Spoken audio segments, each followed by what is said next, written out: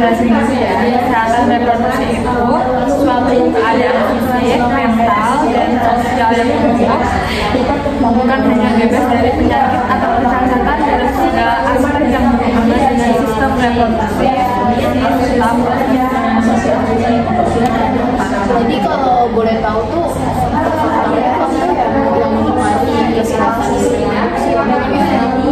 faktor-faktor yang mempengaruhi kesehatan reproduksi itu bisa aja karena kebersihan organ-organ kita, bisa juga karena akses terhadap pendidikan, bisa juga karena hubungan seksual pranikah, anak pengaruh media sosial, akses terhadap pelayanan kesehatan reproduksi, hubungan harmonis dengan keluarga, lalu bisa juga karena penyakit menular seksual, pengetahuan kita, lalu bisa juga karena perubahan psikis dan determinan lainnya.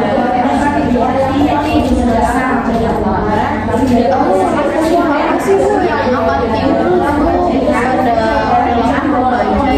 sehat?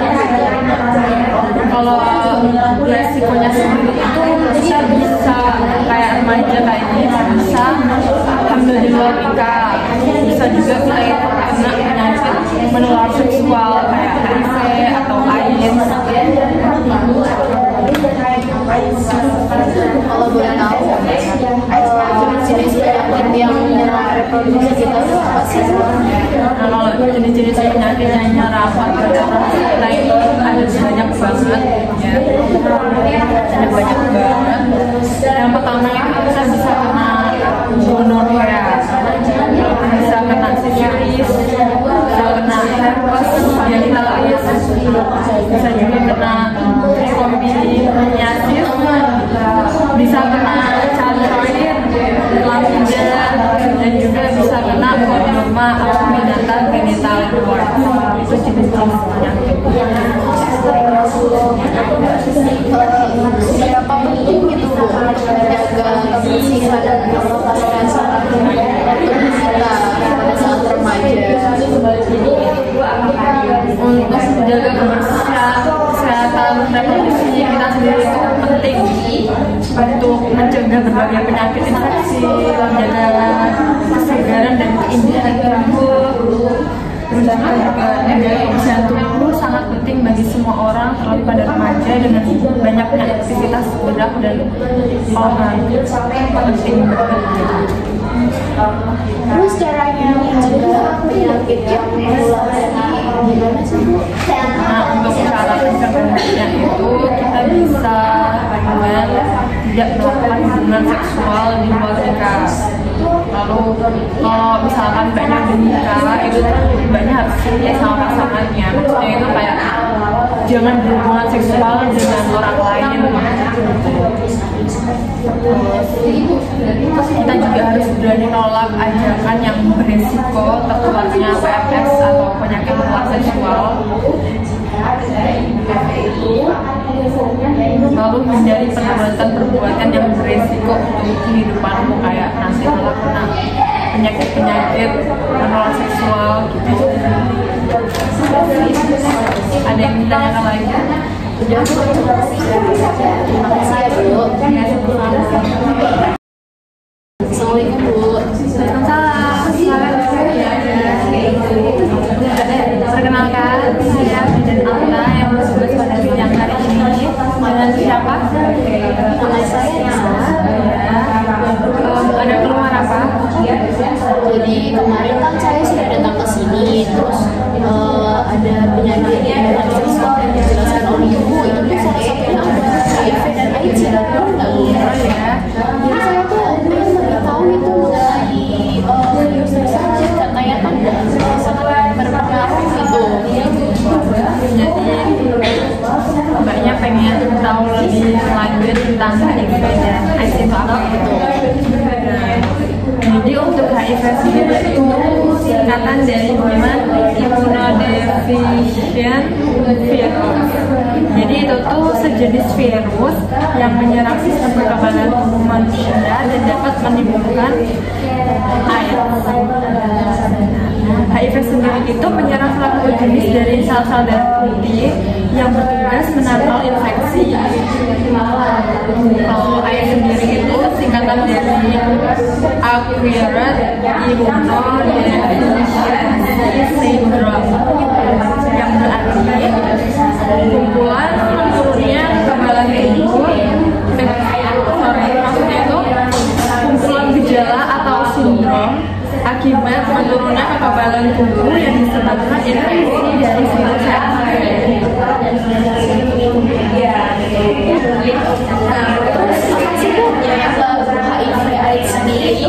Nah, penyebab HIV atau AIDS itu infeksi oleh virus HIV yang menyerang sistem kekebalan tubuh sehingga sel-sel penderita infeksi HIV menjadi sangat rentan terhadap semua bentuk infeksi. Pada tahap akhir, penderita tidak bisa tahan terhadap kuman-kuman yang secara normal bisa dilawan.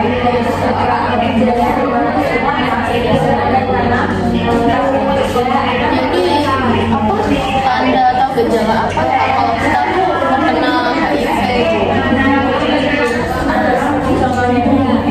Untuk gejala awalnya ini ada di sini. Itu tuh gejala awalnya penularan HIV atau AIDS terjadi beberapa hari atau beberapa minggu setelah terinfeksi HIV. Gejala-gejala ini hanya berlangsung beberapa hari atau beberapa minggu saja, lalu hilang dengan sendirinya. Seseorang mungkin akan menjadi sakit dengan gejala-gejala seperti demam, lelah dan lesu, sendi-sendi terasa nyeri, batuk, dan nyeri ternafas. Nah, untuk gejala lanjutannya ini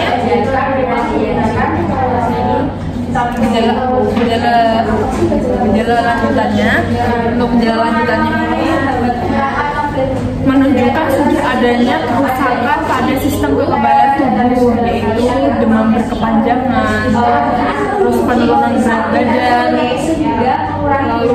lalu kelemahan tubuh yang mengganggu atau menurunkan aktivitas fisik sehari-hari, pembengkakan kelenjar di leher, di paha, dan tiang, diare atau mencret, terus menerus kulit gatal dan becak-becak merah kebiruan.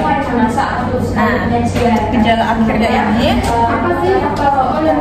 gejala akhirnya ini pada umumnya penderita AIDS akan meninggal dunia sekitar 2 tahun setelah gejala AIDS ini muncul.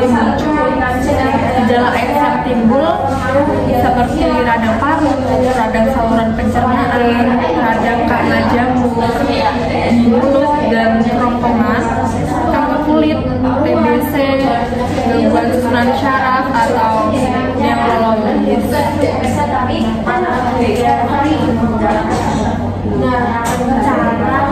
Gimana sih Bu caranya agar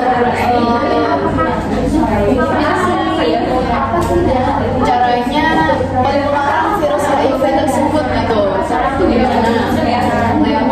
Penularan HIV atau AIDS sendiri itu bisa karena hubungan seksual dengan pengidap HIV atau AIDS, ya kan?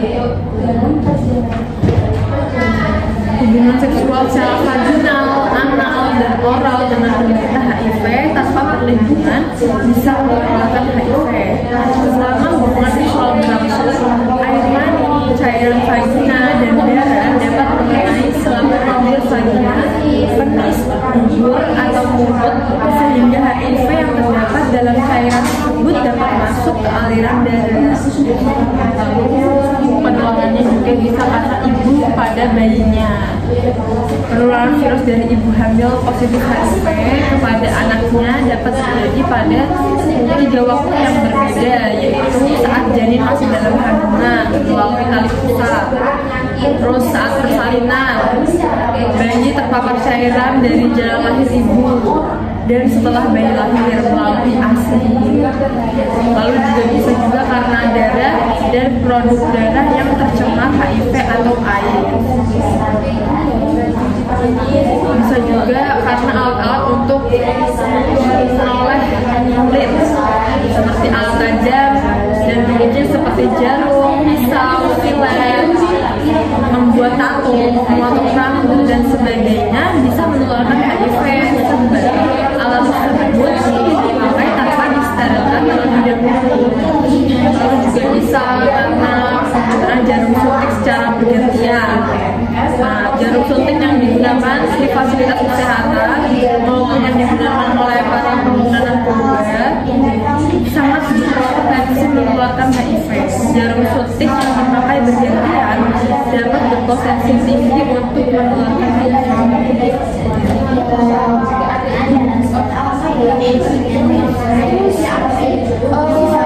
HIV AIDS tuh kalau salaman tuh menular nggak sih? Terus tidak dapat ditularkan melalui apa contohnya? HIV itu tidak menular melalui air mata, keringat, air liur atau udara, air kencing, terus juga peralatan makan bersama, piring, sendok, gelas dan lain-lain itu juga tidak menular melalui itu. Terus pakaian, handuk, tangan, toilet yang dipakai secara bersama-sama, menggunakan kolam renang yang sama, perlukan berjabat tangan yang tadi ditanyakan tadi itu enggak masalah. Terus hidup serumah dengan penderita HIV atau AIDS, sekitarnya hubungan sosial yang lain itu enggak menular. Terus gimana sih bu caranya juga penyakit HIV? Nah, cara pencegahannya ini kita bisa menggunakan prinsip ABCD. Maksudnya itu A, abstinence. Itu tuh suatu upaya untuk tidak melakukan hubungan seksual, terutama bagi seseorang yang belum menikah. Lalu B itu be faithful. Be faithful itu suatu upaya untuk tidak berhubungan pasangan atau dengan kata lain menunjukkan sikap sosial pada pasangan. C sendiri itu kondom, maksudnya itu kita selalu menggunakan alat pelindung atau kondom saat melakukan hubungan seksual. D-nya sendiri don't share.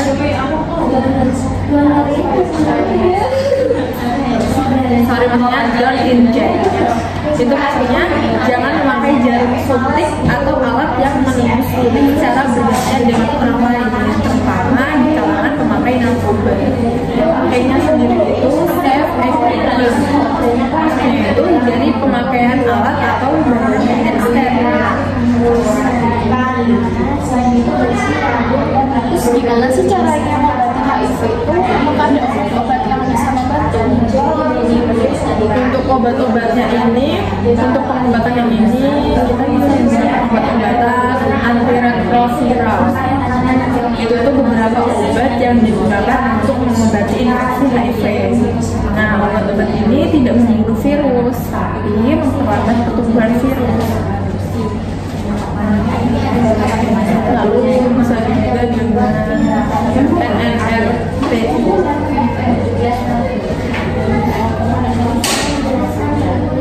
Ini akan bekerja dengan menghilangkan protein yang dibutuhkan virus HIV untuk menggandakan diri. Lalu ada NRTI, ini golongan ARV yang dapat menghambat perkembangan HIV di dalam satu tubuh. Ada protease inhibitors. Jenis ini akan menghilangkan protease, jenis protein yang juga dibutuhkan HIV untuk memperbanyak diri. Lalu ada N3 inhibitors. Jenis ini akan menghalangi HIV untuk memasuki sel-sel CD4. Terus ada integrase inhibitors. Jenis ARV ini akan menghilangkan integrase protein yang digunakan HIV untuk memasukkan materi genetik ke dalam sel CD4. Pengobatan kombinasi ini juga melalui terapi antiretroviral atau ARV. Misalnya, pasien akan diberikan 3 golongan obat ARV. Kombinasi obat ARV yang diberikan berbeda-beda pada tiap orang. Jadi jenis pengobatan ini bersifat pribadi atau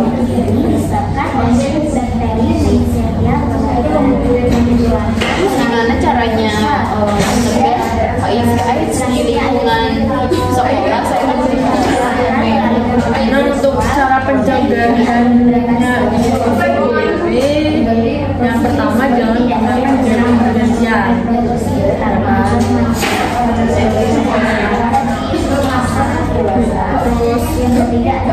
perhatikan luka yang terbuka, terutama jika luka terbukanya akan bersentuhan atau terkena kontak dengan pasien HIV, karena virus tersebut bisa menular melalui luka yang terbuka.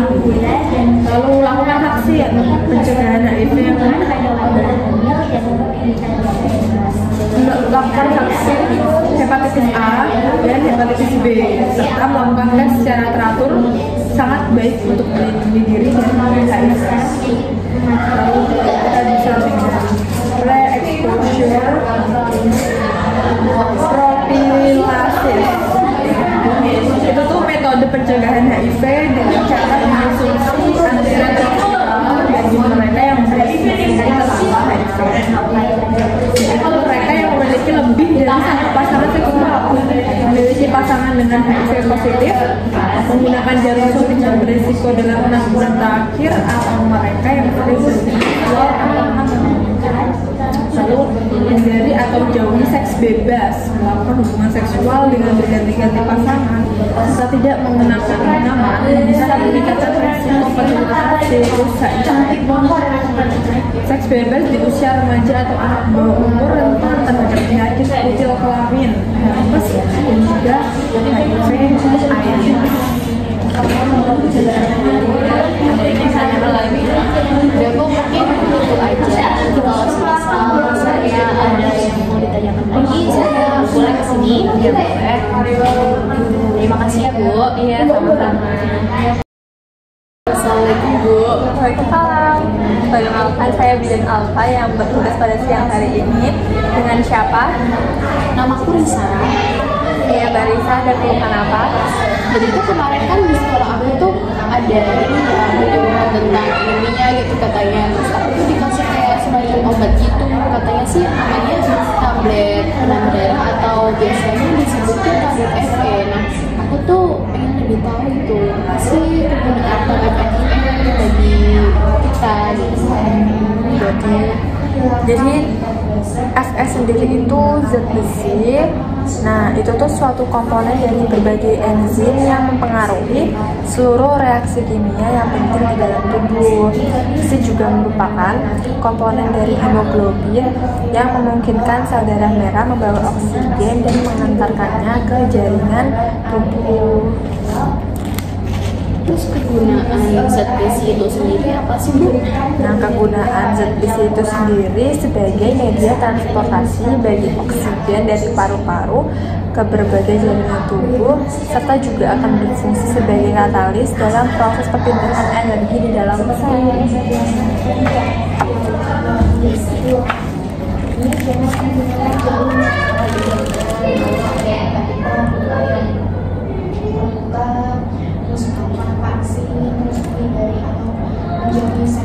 Terus kebutuhan FE sendiri itu apa buat aku sih gitu? Nah, kebutuhan FE ini juga kalau dalam kehamilan ya, itu tuh kebutuhan zat besi pada kehamilan dengan janin tunggal 200 sampai 600 mg untuk memenuhi peningkatan massa sel darah merah. Kalau 200 sampai 370 mg untuk janin yang bergantung pada berat lahirnya, 150 sampai 200 mg untuk kehamilan eksternal, 30 sampai 170 mg untuk tabung pusat dan plasenta, 90 sampai 310 mg untuk mengantikan darah yang hilang saat melahirkan. Dengan demikian, kebutuhan total zat besi pada kehamilan berkisar antara 580 sampai 1340 mg, sedangkan satu tablet FE mengandung 60 mg FE. Dibutuhkan paling sedikit 90 tablet FE untuk memenuhi kebutuhan zat besi selama hamil sampai 42 minggu setelah melahirkan.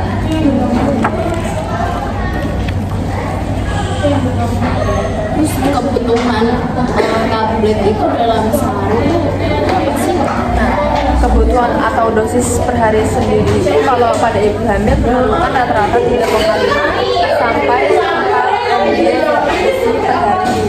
Kebutuhan ini akan meningkat secara signifikan dalam trimester terakhir, yaitu dari rata-rata 2,5 mg per hari pada awal kehamilan menjadi 6,6 mg per hari. Waktu yang tepat untuk minum sendiri itu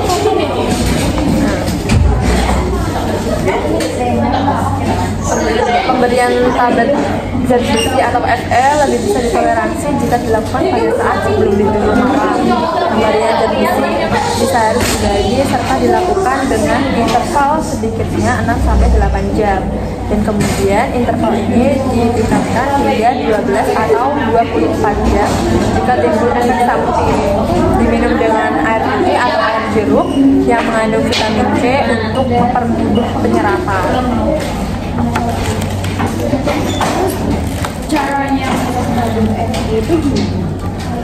Nah, untuk cara minumnya ini diminum 3 kali sehari di antara makan. Jadi pada waktu perut kosong, bukan saat setelah makan, yang dapat menghambat penyerapan Fe. Asam lambung dan asam ascorbat membantu penyerapan Fe sehingga minum Fe bisa diiringi dengan minuman jeruk. Sedangkan teh harus dihindari karena menghambat penyerapan.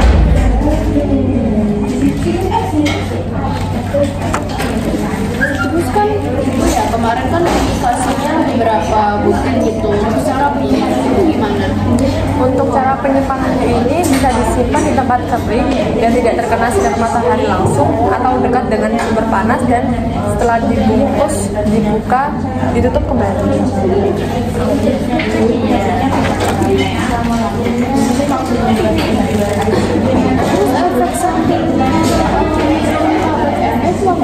Efek sampingnya sendiri itu bisa mual, muntah, konstipasi, diare, tinja berwarna hitam coklatan.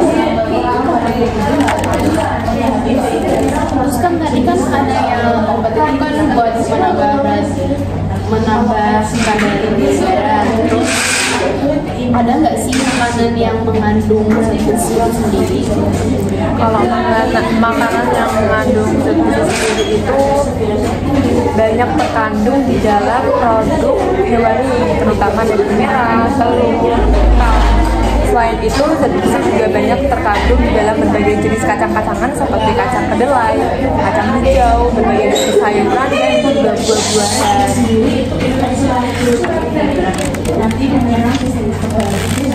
Terus makanan apa yang bisa membantu penyerapan zat besi itu lebih maksimal gitu?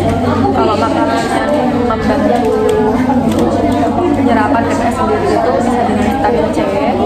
Asupan vitamin C dapat mencegah adanya berperan dalam pembentukan kolagen interseluler dan proses penyembuhan luka. Selain itu, untuk membangun kekuatan plasenta, ibu hamil membutuhkan vitamin C sebanyak 70 mg dan vitamin B12.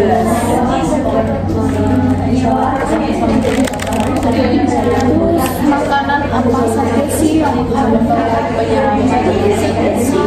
Kalau makanan sendiri yang menghambat penyerapan Fe atau zat besi itu bisa itu kopi, teh, garam kalsium, magnesium, dan citat dapat mengikat Fe sehingga mengurangi jumlah serangkap. Terus cara mengolah makanan itu gimana? Nah, kalau untuk cara mengolahnya ini sebaiknya dimasak untuk sekali penyajian ya, karena kandungan gizinya akan rusak jika dihangatkan kembali.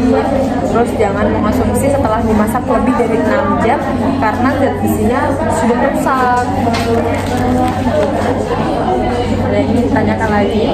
Mungkin itu aja Bu. Nanti kalau misal saya ada yang bisa ditanyakan lagi, nanti saya akan datang ke sini lagi ya Bu.